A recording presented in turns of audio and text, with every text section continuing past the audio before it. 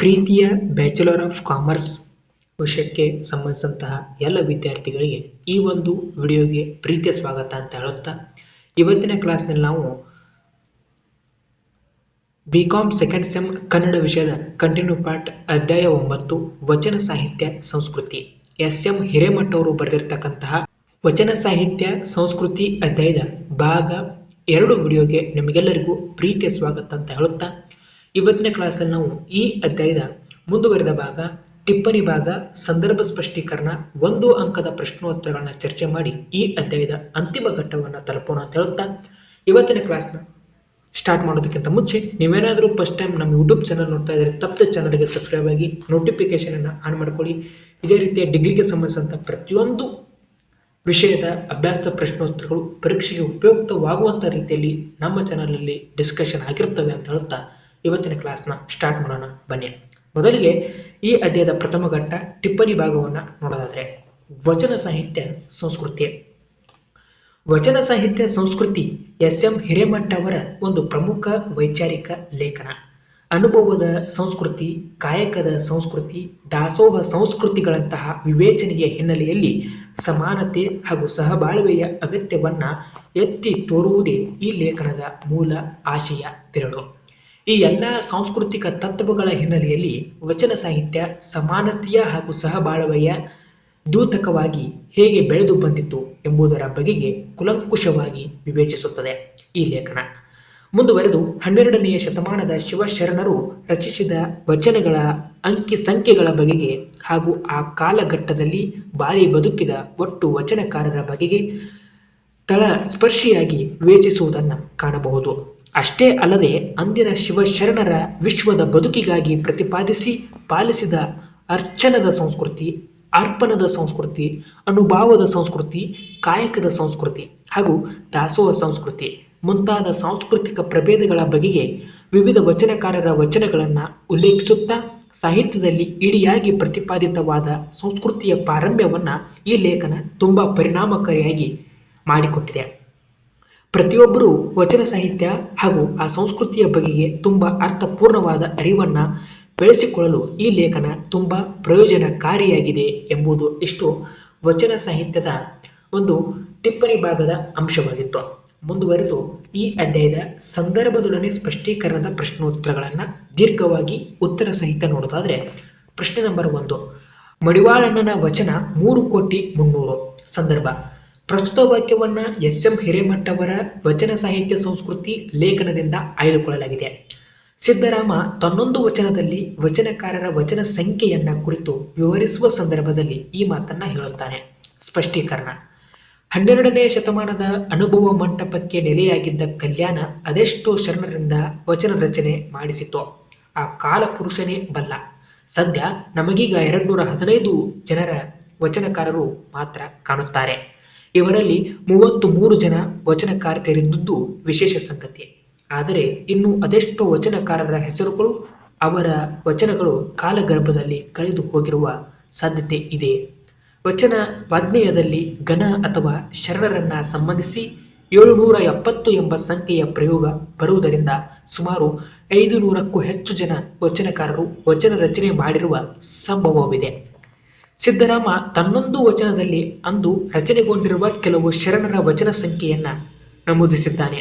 ಅಲ್ಲಯ್ಯ 280 ಕೋಟಿ ವಚನಗಳನ್ನು, ಅಪ್ಪಯ್ಯ 4,30,000 ವಚನಗಳನ್ನ, ಎಮ್ಮಯ್ಯ ವಚನವನ್ನು, ನೀಲಮ್ಮನ 1,11,000 ವಚನಗಳನ್ನು, ಗಂಗಾಂಬಿಕೆಯ 1,08,000 ವಚನಗಳನ್ನ, ನಾಗಾಯಿಯ 3,96,000 ವಚನಗಳನ್ನು, ಮಡಿವಾಳನ್ನ 3,300,000 ವಚನಗಳನ್ನು ರಚಿಸಿದ್ದಾರೆಂದು ಸಿದ್ದರಾಮಯ್ಯ ವಿವರಿಸುತ್ತಾ ಈ ಮೇಲಿನಂತೆ ಹೇಳುತ್ತಾನೆ ಎಂಬುದು ಸ್ಪಷ್ಟೀಕರಣವಾಗಿತ್ತು. ಇನ್ನು ಮುಂದುವರೆದು ಪ್ರಶ್ನೆ ನಂಬರ್ 2, ಅವರಿಗೂ ಅಭಿವ್ಯಕ್ತಿ ಸ್ವಾತಂತ್ರ್ಯವನ್ನ ದೊರಕಿಸಿಕೊಟ್ಟರು. ಸಂದರ್ಭ: ಪ್ರಸ್ತುತ ವಾಕ್ಯವನ್ನ ಎಸ್.ಎಂ. ಹಿರೇಮಠ ಅವರ ವಚನ ಸಾಹಿತ್ಯ ಸಂಸ್ಕೃತಿ ಲೇಖನದಿಂದ ಆಯ್ದುಕೊಳ್ಳಲಾಗಿದೆ. ಬಸವಣ್ಣನವರ ಸಾಹಿತ್ಯವನ್ನ ಜನಸಾಮಾನ್ಯರ ಹತ್ತಿರಕ್ಕೆ ತಂದು ಆ ಜನಸಾಮಾನ್ಯರಿಗೂ ಅಭಿವ್ಯಕ್ತಿ ಸ್ವಾತಂತ್ರ್ಯವನ್ನ ದೊರಕಿಸಿಕೊಟ್ಟಿರುವುದನ್ನು ವಿವರಿಸುವ ಸಂದರ್ಭದಲ್ಲಿ ಲೇಖಕರು ಈ ಮಾತನ್ನ ಹೇಳುತ್ತಾರೆ. ಸ್ಪಷ್ಟೀಕರಣವನ್ನು ನೋಡೋದಾದ್ರೆ, ವಚನ ಸಾಹಿತ್ಯಕ್ಕಿಂತ ಪೂರ್ವದ ಕನ್ನಡ ಸಾಹಿತ್ಯ ಪಂಡಿತರ ಹಾಗೂ ರಾಜ ಮಹಾರಾಜರ ಅಧೀನದಲ್ಲಿಯೇ ಬಂದಿಯಾಗಿತ್ತು. ಸರಸ್ವತಿ ಸಹಿತ ರಾಜನ ಆಸ್ಥಾನದ ಕೈಗೊಂಬೆಯಾಗಿದ್ದಳು.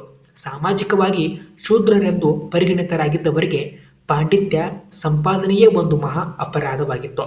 ಹೀಗಿರುವಾಗ ಅವರು ಸಾಹಿತ್ಯವನ್ನು ಕೃಷಿ ಮಾಡುವುದಾಗಲಿ ಬೇರೆ ಸಾಹಿತ್ಯ ಕೃತಿಗಳನ್ನು ಓದಿ ಅರ್ಥೈಸಿಕೊಳ್ಳುವುದಾಗಲಿ ಸಾಧ್ಯವೇ ಇರಲಿಲ್ಲ. ಒಂದು ವೇಳೆ ಅಂತಹ ಪ್ರಯತ್ನಗಳೇನಾದರೂ ನಡೆದಲ್ಲಿ ಪಂಡಿತರು ವಿವಿಧ ಕಲೆಗಳಲ್ಲಿ ಅಂದರೆ ಪಂಡಿತರಾದರೂ ಕೆಳತಕ್ಕೆ ಕೃತಿಯನ್ನು ಕಂಡವರು ಕೇಳಲು ಅದೇನು ಗೋರವರ ದೊಡ್ಡಂಚಿಗೆ ಬೀದಿ ಹೋಕರ ಬೀರನ ಕಥೆಯೇ ಎಂಬ ಮಧುರ ಕವಿಯ ಆಕ್ಷೇಪಣೆ ಅಥವಾ ಟೀಕೆಗೆ ಒಳಗಾಗಬೇಕಾಗಿತ್ತು. ಇಂತಹ ಸಾಹಿತ್ಯಿಕ ಸಂದರ್ಭದಲ್ಲಿ ಬಸವಣ್ಣವರು ಕನ್ನಡ ಭಾಷೆ ಹಾಗೂ ಸಾಹಿತ್ಯದ ಏನೆಲ್ಲ ಸೀಮಿತ ಕಟ್ಟುಪಾಡುಗಳನ್ನು ಮುರಿಯಲು ಯತ್ನಿಸಿ ಅರಮನೆ ಗುರುಮನೆಯಲ್ಲಿ ಬಂದಿಯಾಗಿದ್ದ ಸಾಹಿತ್ಯ ದೇವಿಯನ್ನ ಜನಸಾಮಾನ್ಯರ ಬಳಿಗೆ ತಂದು ಅವರ ಗುಡಿಸಲು ಗುತ್ತೆಗಳಲ್ಲಿ ನೆಲೆಸುವಂತೆ ಮಾಡುವುದರ ಮೂಲಕ ಅವರಿಗೂ ಅಭಿವ್ಯಕ್ತಿ ಸ್ವಾತಂತ್ರ್ಯವನ್ನು ದೊರಕಿಸಿಕೊಟ್ಟರು. ಅವರ ಸಮಕಾಲೀನವರಾದ ಸಮಾನ ಧರ್ಮಿಗಳೆಲ್ಲರೂ ಅದಕ್ಕೆ ಬೆಂಬಲವಿತ್ತರು. ಆ ಬೆಂಬಲದಿಂದಾಗಿ ಬಸವಣ್ಣವರು ಸರಳ ಹಾಗೂ ಸುಂದರವಾದ ಸರ್ವರಿಗೂ ತಿಳಿಯಬಲ್ಲ ಸಾಹಿತ್ಯದ ಘೋಷಣೆ ಮಾಡಿದರು. ಲೇಖಕರು ಇದನ್ನು ವಿವರಿಸುತ್ತಾ ಈ ಮೇಲಿನಂತೆ ಹೇಳುತ್ತಾರೆ ಎಂಬುದು ಉತ್ತರವಾಗಿತ್ತು. ಮುಂದುವರೆದು ಪ್ರಶ್ನೆ ನಂಬರ್ 3. ವಚನ ಸಾಹಿತ್ಯಕ್ಕೆ ಇಂದಿಗೂ ಎಂದೆಂದಿಗೂ ಮಹತ್ವವಿದೆ. ಸಂದರ್ಭ: ಪ್ರಸ್ತುತ ವಾಕ್ಯವನ್ನ ಎಸ್.ಎಂ. ಹಿರೇಮಠ ಅವರ ವಚನ ಸಾಹಿತ್ಯ ಸಂಸ್ಕೃತಿ ಲೇಖನದಿಂದ ಆಯ್ದುಕೊಳ್ಳಲಾಗಿದೆ. ವಚನ ಸಾಹಿತ್ಯದ ಮುಖ್ಯ ಉದ್ದೇಶವನ್ನ ವಿವರಿಸುವ ಸಂದರ್ಭದಲ್ಲಿ ಲೇಖಕರು ಈ ಮಾತನ್ನ ಹೇಳುತ್ತಾರೆ. ಇನ್ನು ಸ್ಪಷ್ಟೀಕರಣವನ್ನ ನೋಡೋದಾದ್ರೆ, ವಚನ ಸಾಹಿತ್ಯದ ಮುಖ್ಯ ಉದ್ದೇಶ ಲೋಕ ಕಲ್ಯಾಣವಾಗಿತ್ತು, ಸಾಮಾನ್ಯ ಜನರನ್ನ ಉದ್ಧರಿಸುವುದಾಗಿತ್ತು. ವಚನ ಸಾಹಿತ್ಯಕ್ಕಿಂತ ಪೂರ್ವದ ಕನ್ನಡ ಸಾಹಿತ್ಯದಲ್ಲಿ ಜನಸಾಮಾನ್ಯರಿಗೆ ಯಾವುದೇ ಅವಕಾಶ ಎನ್ನುವುದು ಇರಲಿಲ್ಲ. ಅದು ಕೇವಲ ಪಂಡಿತ ಮಂಡಳಿಯ ರಾಜ ಮಹಾರಾಜರ ಸಾಹಿತ್ಯವಾಗಿತ್ತು. ಮಧುರ ಕವಿಯಂತೂ ಸಾಹಿತ್ಯ ಎನ್ನುವುದು ಪಂಡಿತರಾದವರು ವಿವಿಧ ಕಲೆಗಳಲ್ಲಿ ಮಂಡಿತರಾದವರು ಕೇಳತಕ್ಕ ಕೃತಿ, ಅದು ಕಂಡವರು ಕೇಳುವ ಕೃತಿಯಲ್ಲ, ಬೀದಿ ಹೋಕರ ಬೀರರ ಕಥೆಯಲ್ಲ ಎಂದು ಜನಸಾಮಾನ್ಯರಿಗಾಗಿ ಮೂಗು ಮುರಿದು ಬಿಟ್ಟನು. ಇಂತಹ ಸಾಹಿತ್ಯಕ ಸಂದರ್ಭದಲ್ಲಿ ಬಸವಣ್ಣನವರು ಕನ್ನಡ ಭಾಷೆ ಹಾಗೂ ಸಾಹಿತ್ಯ ಏನೆಲ್ಲ ಸೀಮಿತ ಕಟ್ಟುಪಾಡುಗಳನ್ನು ಮುರಿಯಲು ಯತ್ನಿಸಿ ಅರಮನೆ ಗುರುಮನೆಯನ್ನ ಬಂದಿಯಾಗಿದ್ದ ಸಾಹಿತ್ಯ ದೇವಿಯನ್ನ ಜನಸಾಮಾನ್ಯರ ಬಳಿಗೆ ತಂದು ಅವರ ಗುಡಿಸಲು ಗುತ್ತಿಗೆಗಳಲ್ಲಿ ನೆಲೆಸುವಂತೆ ಮಾಡುವುದರ ಮೂಲಕ ಅವರಿಗೂ ಅಭಿವ್ಯಕ್ತಿ ಸ್ವಾತಂತ್ರ್ಯವನ್ನ ದೊರಕಿಸಿಕೊಟ್ಟರು. ಅವರ ಸಮಕಾಲೀನರಾದ ಸಮಾನ ಧರ್ಮಿಗಳೆಲ್ಲರೂ ಅದಕ್ಕೆ ಬೆಂಬಲವಿತ್ತರು. ಆ ಬೆಂಬಲದಿಂದಾಗಿ ಬಸವಣ್ಣನವರು ಸರಳ ಹಾಗೂ ಸುಂದರವಾದ ಸರ್ವರಿಗೂ ತಿಳಿಯಬಲ್ಲ ಸಾಹಿತ್ಯದ ಘೋಷಣೆ ಮಾಡಿದರು. ಇದನ್ನು ವಿವರಿಸುತ್ತಾ ಲೇಖಕರು ಈ ಮೇಲಿನಂತೆ ಹೇಳುತ್ತಾರೆ ಎಂಬುದು ಉತ್ತರವಾಗಿತ್ತು. ಮುಂದುವರೆದು ಪ್ರಶ್ನೆ ನಂಬರ್ 4. ಅನುಭವ ಮಂಟಪದಲ್ಲಿ ಸಕಲರಿಗೂ ಸಮಾನ ಸ್ಥಾನಮಾನ ದೊರಕಿತು. ಸಂದರ್ಭ: ಪ್ರಸ್ತುತ ವಾಕ್ಯವನ್ನ ಎಸ್.ಎಂ. ಹಿರೇಮಠ ಅವರ ವಚನ ಸಾಹಿತ್ಯ ಸಂಸ್ಕೃತಿ ಲೇಖನದಿಂದ ಆಯ್ದುಕೊಳ್ಳಲಾಗಿದೆ. ಅನುಭವ ಮಂಟಪದ ಮಹತ್ವವನ್ನು ವಿವರಿಸುವ ಸಂದರ್ಭದಲ್ಲಿ ಲೇಖಕರು ಈ ಮಾತನ್ನ ಹೇಳುತ್ತಾರೆ. ಸ್ಪಷ್ಟೀಕರಣ: ಶಿವಶರಣರು ಅನುಭವಕ್ಕೆ ಹೆಚ್ಚಿನ ಒತ್ತು ಕೊಟ್ಟರು. ಅವರು ಸತ್ಸಂಗ ಮಾಡುವುದಕ್ಕಾಗಿಯೇ ಅನುಭವ ಮಂಟಪವೆಂಬ ಧಾರ್ಮಿಕ ಸಂಸತ್ತನ್ನು ರೂಪಿಸಿಕೊಂಡರು. ವಿಶ್ವದ ಸಂಘಟನಾ ಸಂಸ್ಥೆಗಳ ಪರಂಪರೆಯಲ್ಲಿ ಅನುಭವ ಮಂಟಪಕ್ಕೆ ವಿಶೇಷ ಸ್ಥಾನವಿದೆ. ಶಿವಶರಣರೆಲ್ಲರೂ ಅನುಭವದ ಹಂಬಲವುಳ್ಳವರೇ ಆಗಿದ್ದರು. ಆತ್ಮಜ್ಞಾನವೇ ಅನುಭವದ ಮೂಲ ನಿಕಾಯ. ಶಿವಾನುಭವಿಗಳು ಏನೆಲ್ಲ ಕಾರ್ಯ ಸಾಧನೆಗಳನ್ನು ಮಾಡಿದರೂ ಅವೆಲ್ಲ ಆತ್ಮ ಸಾಕ್ಷಾತ್ಕಾರಕ್ಕೆ ಪೂರಕವಾಗಿರುವಂತೆ ನೋಡಿಕೊಂಡರು. ಅನ್ಯರಿಗೂ ಅದನ್ನೇ ಕಲಿಸಿದರು. ಅನುಭವ ಮಂಟಪದಲ್ಲಿ ಸಕಲರಿಗೂ ಸಮಾನ ಸ್ಥಾನಮಾನ ದೊರಕಿತು. ಆಧ್ಯಾತ್ಮಿಕ ಸ್ವಾತಂತ್ರ್ಯ, ಅಭಿವ್ಯಕ್ತಿ ಸ್ವಾತಂತ್ರ್ಯಗಳು ವಿಶ್ವದಲ್ಲಿಯೇ ಕೀಳಾನುಕೀಳನೆಂಬ ವ್ಯಕ್ತಿಗೆ ದೊರಕಿದ್ದು ಎಲ್ಲಿಯಾದರೂ ಸಿಕ್ಕುವಂತಿದ್ದರೆ ಅದು ಶಿವಶರಣರ ಅನುಭವ ಮಂಟಪದಲ್ಲಿ. ಶಿವಶರಣರೆಲ್ಲರೂ ಕಾಯಕ ಪರಿಣಾಮಿಗಳಾಗಿದ್ದರು. ಪ್ರತಿಯೊಬ್ಬರಿಗೂ ಪ್ರಾಮಾಣಿಕತೆಯಿಂದ ಕೂಡಿದ ಒಂದೊಂದು ಸತ್ಯ ಶುದ್ಧ ಕಾಯಕವಿದ್ದಿತು. ಲೇಖಕರು ಇದನ್ನು ವಿವರಿಸುತ್ತಾ ಈ ಮೇಲಿನಂತೆ ಹೇಳುತ್ತಾರೆ ಎಂಬುದು ಉತ್ತರವಾಗಿತ್ತು. ಮುಂದುವರೆದು ಈ ಅಧ್ಯಾಯದ ಕೊನೆಯ ಘಟ್ಟ ಒಂದು ವಾಕ್ಯದ ವಸ್ತುನಿಷ್ಠ ಪ್ರಶ್ನೋತ್ತರಗಳನ್ನು ಚರ್ಚೆ ಮಾಡೋದಾದರೆ, ಪ್ರಶ್ನೆ ನಂಬರ್ 1. ವಚನ ಸಾಹಿತ್ಯ ಸಂಸ್ಕೃತಿ ಕರ್ತ ಯಾರು? ಉತ್ತರ: ವಚನ ಸಾಹಿತ್ಯ ಸಂಸ್ಕೃತಿ ಲೇಖನದ ಕರ್ತ ಎಸ್.ಎಂ. ಹಿರೇಮಠ. ಪ್ರಶ್ನೆ ನಂಬರ್ 2, ವಚನ ಸಾಹಿತ್ಯ ಸಂಸ್ಕೃತಿ ಲೇಖನದ ತಿರುಳೇನು? ಉತ್ತರ, ಅನುಭವ ಸಂಸ್ಕೃತಿ, ಕಾಯಕ ಸಂಸ್ಕೃತಿ, ದಾಸೋಹ ಸಂಸ್ಕೃತಿಗಳಂತಹ ವಿವೇಚನೆಯ ಹಿನ್ನೆಲೆಯಲ್ಲಿ ಸಮಾನತೆ ಹಾಗೂ ಸಹಬಾಳ್ವೆಯ ಅಗತ್ಯವನ್ನ ಎತ್ತಿ ತೋರುವುದು ಈ ಲೇಖನದ ಮೂಲ ತಿರುಳು. ಪ್ರಶ್ನೆ ನಂಬರ್ 3, ವಿಶ್ವ ಸಾಹಿತ್ಯಕ್ಕೆ ಕನ್ನಡ ಸಾಹಿತ್ಯ ಕೊಟ್ಟ ಕೊಡುಗೆ ಏನು? ಉತ್ತರ, ವಿಶ್ವ ಸಾಹಿತ್ಯಕ್ಕೆ ಕನ್ನಡ ಸಾಹಿತ್ಯ ಕೊಟ್ಟ ಕೊಡುಗೆ ಎಂದರೆ ವಚನ ಸಾಹಿತ್ಯ. ಪ್ರಶ್ನೆ ನಂಬರ್ 4, ವಚನ ಸಾಹಿತ್ಯವನ್ನ ಯಾವ ತೀರ್ಥಕ್ಕೆ ಹೋಲಿಸಲಾಗಿದೆ? ಉತ್ತರ, ವಚನ ಸಾಹಿತ್ಯವನ್ನ ಪಾವನ ತೀರ್ಥಕ್ಕೆ ಹೋಲಿಸಲಾಗಿದೆ. ಪ್ರಶ್ನೆ ನಂಬರ್ 5, ವಚನ ಸಾಹಿತ್ಯ ಯಾವ ಕಾರ್ಯವನ್ನ ಮಾಡಿತು? ಉತ್ತರ, ವಚನ ಸಾಹಿತ್ಯ ಜಗದ ಕಲ್ಮಶವನ್ನ ತೊಳೆಯುವ ಕಾಯಕ ಮಾಡಿತು. ಪ್ರಶ್ನೆ ನಂಬರ್ 6, ಜೀವನ ಸಮ್ಮುಖಿಯಾದ ಸಾಹಿತ್ಯ ಯಾವುದು? ಉತ್ತರ, ಜೀವನ ಸಮ್ಮುಖಿಯಾದ ಸಾಹಿತ್ಯ ವಚನ ಸಾಹಿತ್ಯ. ಪ್ರಶ್ನೆ ನಂಬರ್ 7, ನಮಗಿಂದು ಉಪಲಬ್ಧವಿರುವ ವಚನಕಾರರು ಎಷ್ಟು ಜನ? ಉತ್ತರ, ನಮಗಿಂದು ಉಪಲಬ್ಧವಿರುವ ವಚನಕಾರರು 215 ಜನ. ಪ್ರಶ್ನೆ ನಂಬರ್ 8, ನಮಗಿಂದು ಉಪಲಬ್ಧವಿರುವ ವಚನಕಾರ್ತಿಯರು ಎಷ್ಟು ಜನ? ಉತ್ತರ, ನಮಗಿಂದು ಉಪಲಬ್ಧವಿರುವ ವಚನಕಾರ್ತಿಯರು 33 ಜನ. ಪ್ರಶ್ನೆ ನಂಬರ್ 9, ಸುಮಾರು ಎಷ್ಟು ಜನ ವಚನಕಾರರು ವಚನ ರಚನೆ ಮಾಡಿರುವ ಸಂಭವವಿದೆ? ಉತ್ತರ, ಸುಮಾರು 500ಕ್ಕೂ ಹೆಚ್ಚು ಜನ ವಚನಕಾರರು ವಚನ ರಚನೆ ಮಾಡಿರುವ ಸಂಭವವಿದೆ.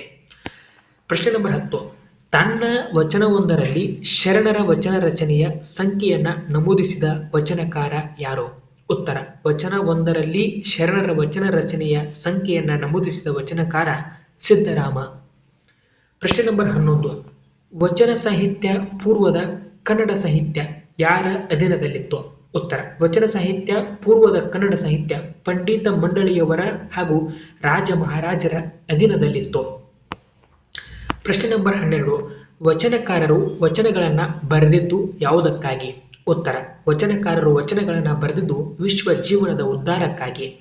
ಪ್ರಶ್ನೆ ನಂಬರ್ 13, ಸತ್ಸಂಗಕ್ಕಾಗಿ ಶಿವಶರಣರು ಸ್ಥಾಪಿಸಿದ ಸಂಸತ್ತು ಯಾವುದು? ಉತ್ತರ, ಸತ್ಸಂಗಕ್ಕಾಗಿ ಶಿವಶರಣರು ಸ್ಥಾಪಿಸಿದ ಸಂಸತ್ತು ಅನುಭವ ಮಂಟಪ.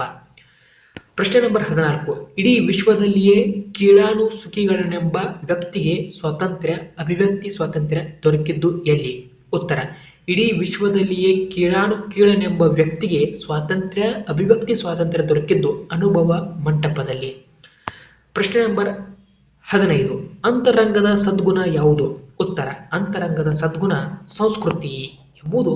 ಇಷ್ಟು ಈ ಅಧ್ಯಾಯದ ಸಂಪೂರ್ಣವಾದಂತಹ ಸ್ವಾರಸ್ಯವಾದಂತಹ ಪರೀಕ್ಷೆಗೆ ಮತ್ತು ಜೀವನಕ್ಕೆ ಉಪಯುಕ್ತವಾಗುವಂತಹ ಮತ್ತು ಕನ್ನಡ ಸಾಹಿತ್ಯದಲ್ಲಿ ವಚನ ಸಾಹಿತ್ಯದ ಮಹತ್ವವನ್ನು ಎತ್ತಿ ಹೇಳುವಂತಹ ಈ ಅಧ್ಯಾಯದ ಸಂಪೂರ್ಣವಾದಂತಹ ಒಂದು ಪ್ರಶ್ನೆ ಉತ್ತರಗಳನ್ನು ಪರೀಕ್ಷೆಯಲ್ಲಿ ಕೇಳುವಂಥ ನಿಟ್ಟಿನಲ್ಲಿ ಡಿಸ್ಕಷನ್ ಮಾಡಿಕೊಡುವ ಪ್ರಯತ್ನವನ್ನು ನಾನು ಒಂದಿಷ್ಟು ಮಾಡಿದ್ದೇನೆ ಅಂತ ಅಂದ್ಕೊಂಡಿದ್ದೀನಿ. ಈ ನನ್ನ ಒಂದು ಪ್ರಯತ್ನ ನಿಮಗೆ ಇಷ್ಟ ಆಗಿದ್ದರೆ ತಪ್ಪದೆ ವಿಡಿಯೋ ಒಂದು ಲೈಕ್ ಮಾಡಿ. ಇದೇ ರೀತಿಯ ನಿಮ್ಮ BCom second sem friends and ಫ್ಯಾಮಿಲಿಗಳಿಗೆ ಶೇರ್ ಮಾಡಿ ಅಂತ ಹೇಳುತ್ತಾ ಮತ್ತೆ ಮುಂದಿನ ಕ್ಲಾಸ್ನಲ್ಲಿ ಇದರ ಮುಂದುವರಿದ ಅಧ್ಯಾಯದೊಂದಿಗೆ ಭೇಟಿಯಾಗೋಣ. ಅಲ್ಲಿವರೆಗೂ ಎಲ್ಲರಿಗೂ ನಮಸ್ಕಾರ. ಜೈ ಹಿಂದ್, ಜೈ ಕರ್ನಾಟಕ ಮಾತೆ.